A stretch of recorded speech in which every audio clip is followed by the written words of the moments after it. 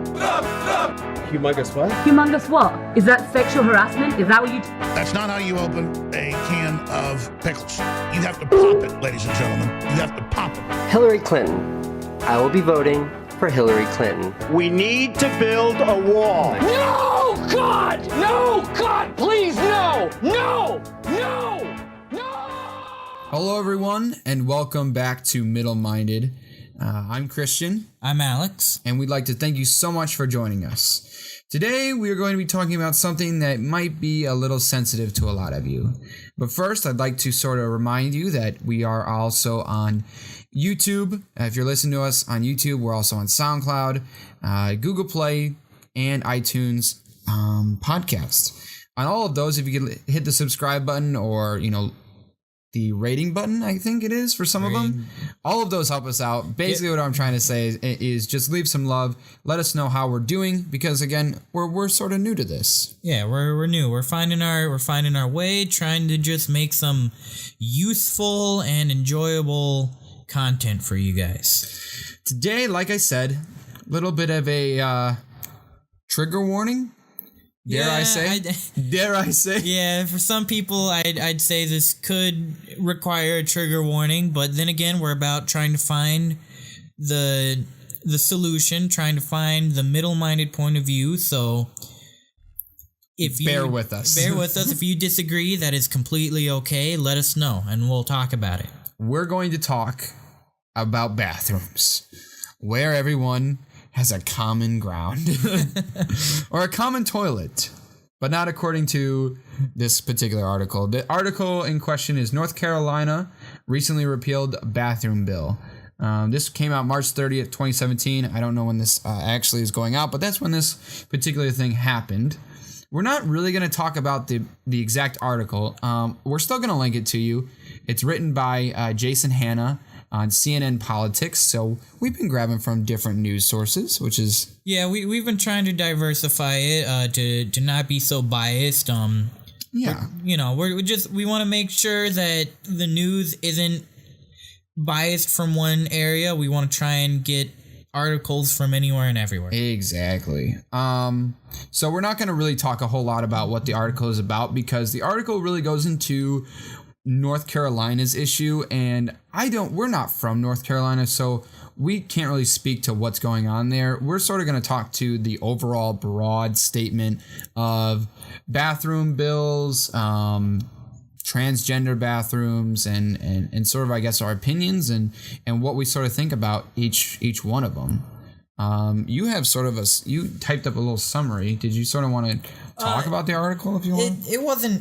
It wasn't really a summary, but essentially what I gathered from the article is that there's this bill called HB2, House Bill 2. And if you scroll down, sorry. I need to see some stuff.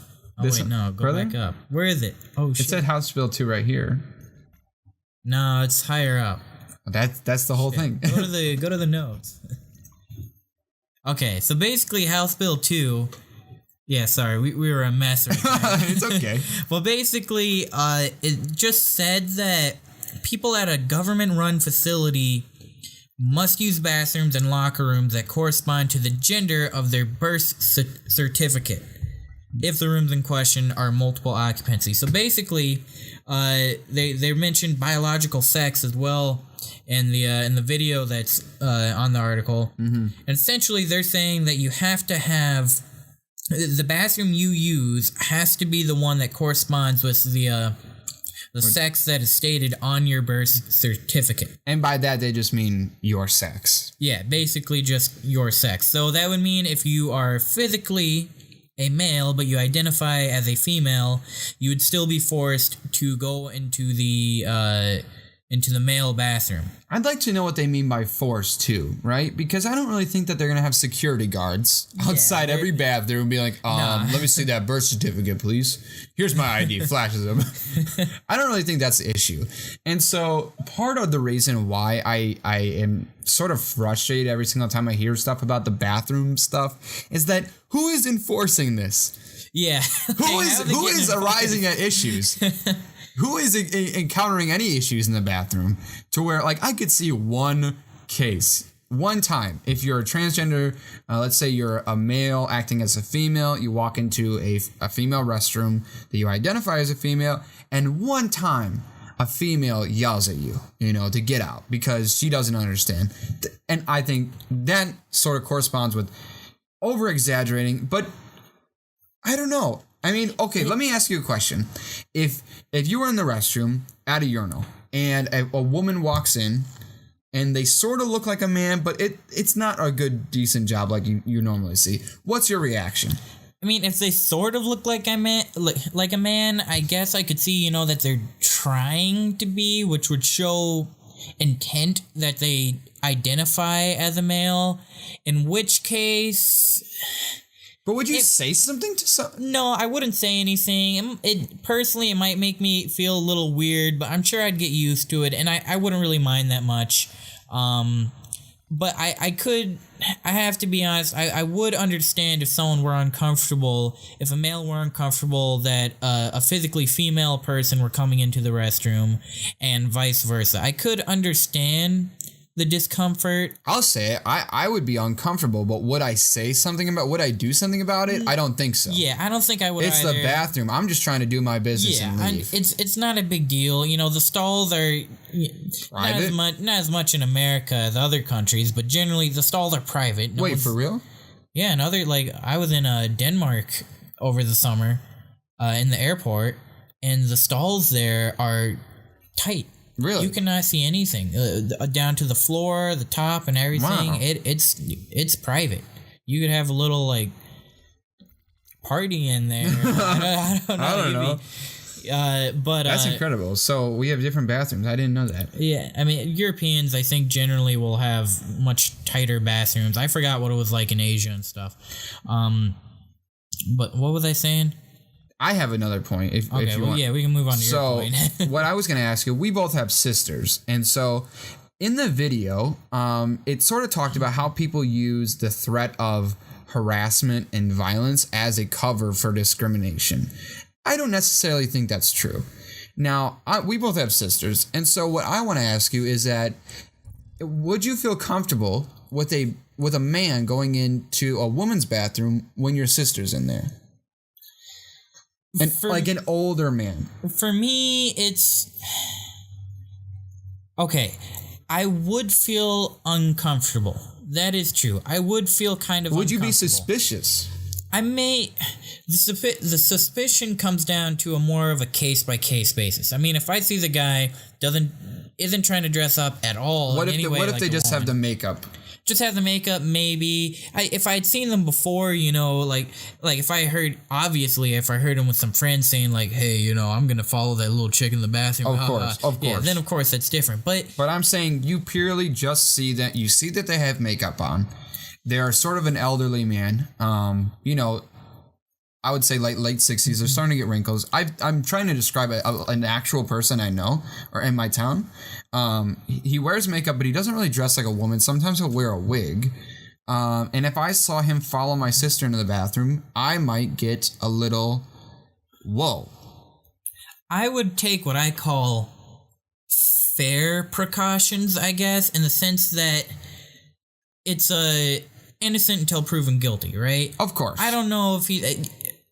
more than likely completely well intent, right? But at the same time, it is weird. It is a new thing. I feel it's fair to want to take some precautions just in case something happens, which is why I would do things like wait outside the bathroom before my sister goes in, ask her. It's kind of awkward, but ask her just for safety reasons, how long are you going to be in there? Yeah. And just kind of do all those things to where I don't need to confront the person, but I can still take some safety precautions. So if, my sister said she was going to be in there for 10 minutes and it's been 20, yes, and the guy went in there, then I'm going to be like, what's going on? I'm going to... Exactly. But if otherwise, although I would be uncomfortable, innocent till proven guilty, I'm not going to really do anything dramatic about it. For me, it's a safety thing. It's not so much about me trying to infringe on people's well-being. we will talk about this a lot, and I'll probably sound like a tape recorder after a while, but I'm sort of the way I think about things is that you don't mess with me, I won't mess with you. You know, you can do whatever you want so long as it doesn't conflict with what I'm doing. That's sort of how I live my life, you know, in terms of gay marriage, stuff like that. If it's not bothering me, go ahead and live your life however you're living. For me, this whole bathroom thing is not about me trying to be like, okay, you can't use my bathroom. It's not about that. It's me about being safe. You know, I just don't trust people. I just don't trust a stranger, a man, an elderly man, or any type of man, to go into a woman's bathroom when there's potentially children in there. That's just not safe. The other point I think that is fair to bring up is, what if an older man goes into a bathroom, a male bathroom, and it's an older man, right after a younger kid that's also male goes into the bathroom? I would feel the same. I think I would feel the same, but I think I would also be a little bit more at ease because there's other men in that bathroom. I guess there's more of a reason. There's more of a tougher aspect, or there, you know, there's men that will do something about it that could take care of the situation as well. First off, if you're letting your kid go into the bathroom and they're young, you should be accompanying them. But like, I'm just saying, yeah, just as like a basic safety thing, you know, regardless of bathrooms, safety. Just accompany your kid in public. You know, there's dangerous people out there. How do these people feel though? Do you feel? True. How does a transgender male, so a male that identifies as a female, how do you feel? Does it make you feel uncomfortable going into a male bathroom? Yeah. And vice versa? Like, does that make you? I would sort of feel intimidated and almost like everybody's watching me, even if that wasn't even the case. I would fear for mine. I understand how kind of intimidating. And it's sort of, and it's sad because, you know, these people are afraid to go to the bathroom, and that's sad. And I agree with that. Yeah. But you're sort of putting yourself in that position. It's a tough situation. I find it hard. I feel it is absolutely necessary for me to admit that I don't really know what's going on in a transgender person's head as far as why they want to use the bathroom. I mean, I know, like, they want to identify as a male if they're female, and vice versa, so they want to use the bathroom that corresponds. So I get that, but I don't really know too much about the transgender perspective. It is necessary for me to say that because this is all coming from my perspective, pretty much a white, straight, cisgender male. For shame on you. Shame on me. We'll get to that too, of course. We'll get to that a different day. But I don't know much about their perspective, so take what I'm saying with that in mind. This is just from my point of view. I personally think we've come a long way. I mean, even in our college, we go to a liberal arts college, and so we have tons of all gender bathrooms everywhere, to where if you're uncomfortable or you don't want to go to either, or one of them makes you uncomfortable, we just built like a new building and it has an all gender bathroom on each floor. And so I think that's definitely a step in the right direction. And it's right in between the male and female bathrooms as well. Exactly. But it's not like a full-fledged bathroom with several sinks and stalls and stuff. It's just one room. One stall. Yeah, just one room that has one sink and a toilet in it. Now, what I want to, I guess, make a point is that people need to realize is that this is a new thing. Buildings and cities in general have already been built. And so I think it's pretty unrealistic for these people to demand, okay, we want gender neutral bathrooms in every building. We want you to tear down a hall, tear down a room, and build a bathroom there in order for us to feel equal. I think that's a little outrageous.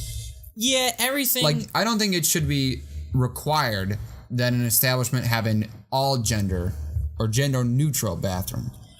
Yeah, from the way I see it right now, I feel like it may be a bit ridiculous to do put so much money into it just so someone can feel comfortable using the bathroom in a public place. Why should a business have to pay extra money for one or two customers? Honestly, sometimes in these small towns, you might get one or two people that will actually use that. How is that fair?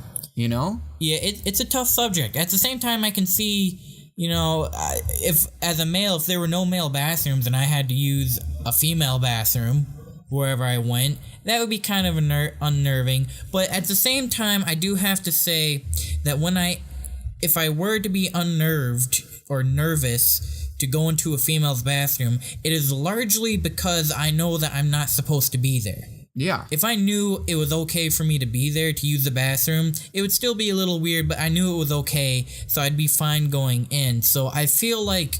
So do you think that this is... Sorry to cut you off. Do you think that this is an issue about society and society just sort of saying it's okay for anyone to use any bathroom? Do we just need to have one bathroom that everybody shares? It could be. Why don't we just have one bathroom? I think the root of the problem is the reason why we haven't started with one bathroom is because of safety. Maybe it's not about. I don't think when they first said, okay, we're gonna have a male bathroom and a female bathroom, it wasn't to separate us because you are a man and you go to the men and you're a woman, you go to women. It's for safety. It's for a different reason. I have no idea why actually it was separated. It could, the safety thing makes a lot of sense. That definitely could be why. It may just be history and how, women were treated differently in the past. Yes, I didn't think about that. And men and stuff. So it could have something to do with the past all over the world as to why that happens. But it is an interesting idea to just think that maybe just have huge bathrooms. Like maybe in the bathroom, just a bunch of stalls that are very private. Mm-hmm. And so everyone can go in there and like one stall has a urinal and a toilet. Or no even urinals that are out in front of everybody. You know how like right now we have like a line of urinals and then we have stalls? Yeah. I'm saying just build a room and stalls on both sides, sinks at the end. And in the stalls, there's a urinal in it as well. Sort of like miniature porta potties right next to each other.